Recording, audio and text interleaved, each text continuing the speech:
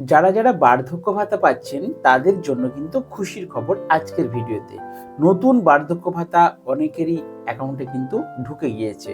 আর কাদের অ্যাকাউন্টে ঢোকে না, যারা পুরনো বার্ধক্য ভাতা পাচ্ছেন, দীর্ঘদিন ধরে বার্ধক্য ভাতা পেয়ে আসছেন, তাদের কিন্তু ঢোকেনি।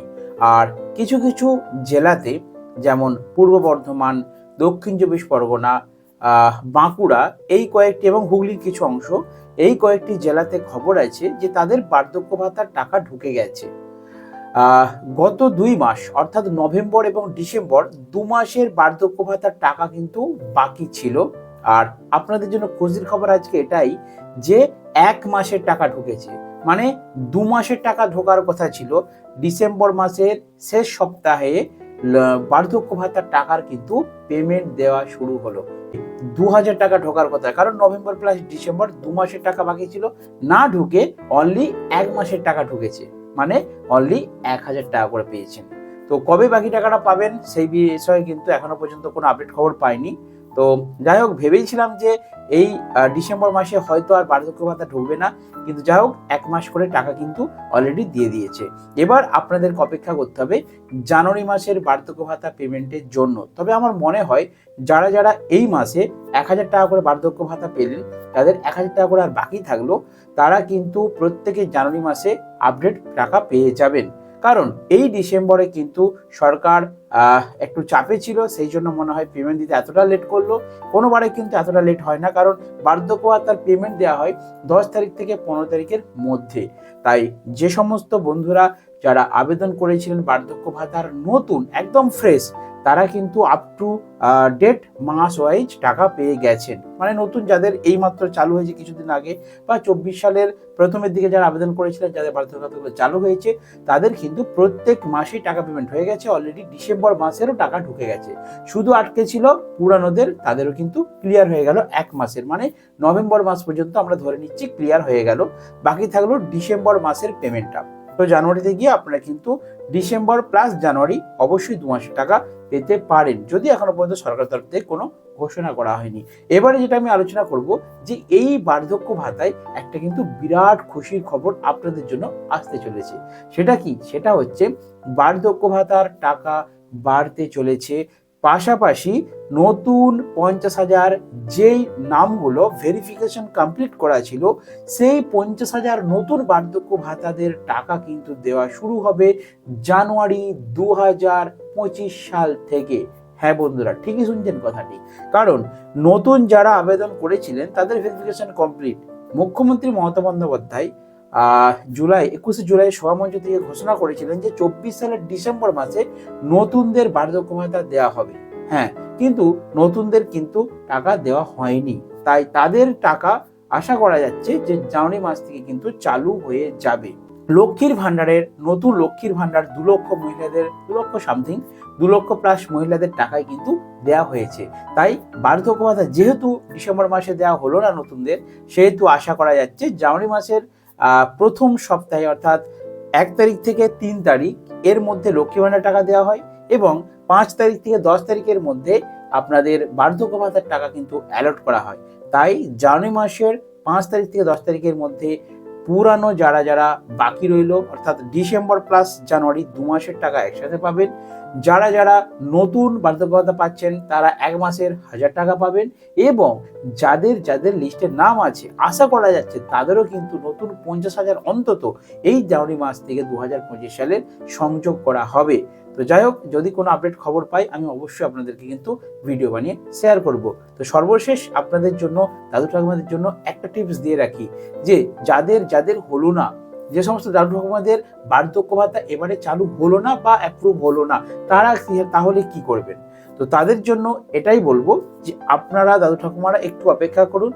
আপনাদের এতদিন যখন রিজেক্ট হয়ে গেছে, এতদিন আপনারা বারবার আবেদন করা সত্ত্বেও যেহেতু বার্ধক্য ভাতার টাকা পাননি, সেহেতু আপনাদের এবারে আমি একটা কথাই বলবো, এই আপনাদের শেষ চান্স।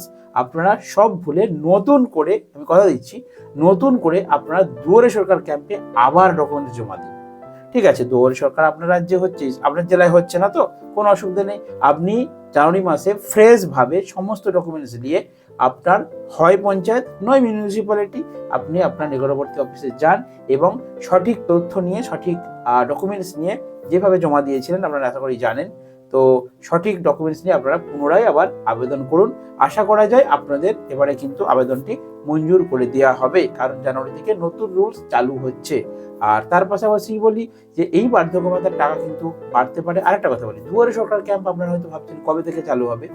মুখ্যমন্ত্রী মমতা বন্দ্যোপাধ্যায় বলেছিলেন এটাও যে ডিসেম্বর মাসে দুয়ারে সরকার ক্যাম্প হবে, কিন্তু হয়তো কাজের চাপে কারণ নতুন লক্ষ্মীর ভান্ডারটা অ্যালট করতেই কিন্তু সারা মাস লেগে গেছে। প্রায় 2 লক্ষ প্লাস লক্ষ্মী ভান্ডার নতুন অ্যাপ্রুভ করা হয়েছে, তো সেই কাজের চাপে হয়তো করা হয়নি।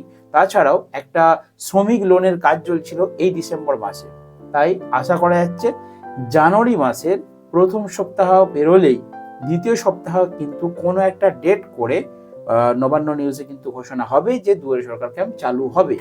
আমি যখনই খবর পাবো আপনাদেরকে দুয়ারে সরকার ক্যাম্পের বিস্তারিত নিউজ আপনাদেরকে ভিডিও বানিয়ে শেয়ার করব।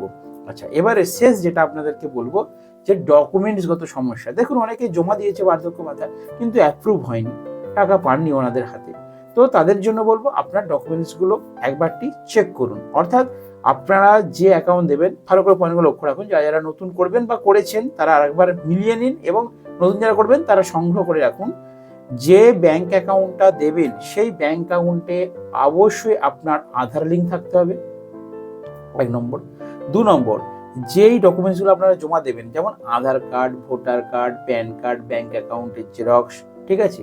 তো প্রত্যেকটা কার্ডে আপনার যে নাম সেই নামের বানান যেমন ঠিক থাকে। 3 নম্বর, বার্ধক্য ভাতা চালু হয় ডেট অফ বার্থ ধরে, অর্থাৎ আপনার 60 বছর কমপ্লিট হয়েছে কিনা, এটা হচ্ছে মেন ফ্যাক্টর। তো আপনারা যে ডকুমেন্টসগুলো জমা করবেন দেখে নেবেন রেশন কার্ড, প্যান কার্ড, আধার কার্ড, ভোটার কার্ড, এই 4টেতে আপনাদের ডেট অফ বার্থ মানে জন্ম তারিখটা একদম ঠিক আছে কিনা। 4টে ডেট যেমন ঠিক থাকে এবং হিসাব করে দেখে নেবেন যেমন 60 বছর আপনাদের কমপ্লিট হয়। তো আশা করি বন্ধুরা বুঝতে পেরেছেন, এবং দাদু ঠাকুমারা বাড়ি থাকলে ওনাদেরকে একটু শেয়ার করে দেবেন। আর 2 কপি কিন্তু কালার ফটো চাই। আর লাইফ সার্টিফিকেটের ব্যাপারটা বলে দিই, প্রথম যখন আপনারা অ্যাপিল করবেন বার্ধক্য ভাতার জন্য, প্রথম যখন আবেদন করবেন তখন কিন্তু আপনাদের এই লাইফ সার্টিফিকেট প্রয়োজন হবে না। লাইফ সার্টিফিকেটে তাহলে কখন প্রয়োজন হয়? 1 বছর হয়ে গেলে। মানে যারা দীর্ঘদিন ধরে বার্ধক্য ভাতা পেয়ে এসছেন তাদের প্রতি বছর কিন্তু ভেরিফিকেশন করা হয়, ডকুমেন্টস ভেরিফিকেশন। অর্থাৎ পঞ্চায়েত থেকে বা মিউনিসিপ্যালিটিতে লোক গিয়ে আপনার বাড়িতে গিয়ে ভেরিফিকেশন করে যে আপনি বেঁচে আছেন নাকি মারা গেছেন, নাকি আপনার গ্রামে বাস করছেন নাকি অন্যত্র কোথাও চলে গেছেন। তো সেটা ভেরিফিকেশন কমপ্লিট করা হয়। তো দেখা যায় প্রতি বছর ভেরিফিকেশনে কেউ না কেউ হয়তো বাইরে বাসিন্দা হয়ে গেছে বা কেউ মারা গেছেন, সেগুলো লিস্ট তারা কিন্তু ক্লিয়ার করে নেয়। তো আপনারা যদি ভেরিফিকেশন না হয়ে থাকে, যারা কন্টিনিউ পাচ্ছেন তারা ডিসেম্বর মাসে লাস্ট ডেট ছিল, লাস্ট ডেট আশা করি এক্সপায়ার হয়ে গেছে। আপনারা অবশ্যই আরও 3-4 দিন রয়েছে ডিসেম্বর মাসে, একটু পঞ্চায়েত মিউনিসিপ্যালিটি গিয়ে খোঁজ নিন যে আপনাদের ভেরিফিকেশন ডিউ আছে কিনা।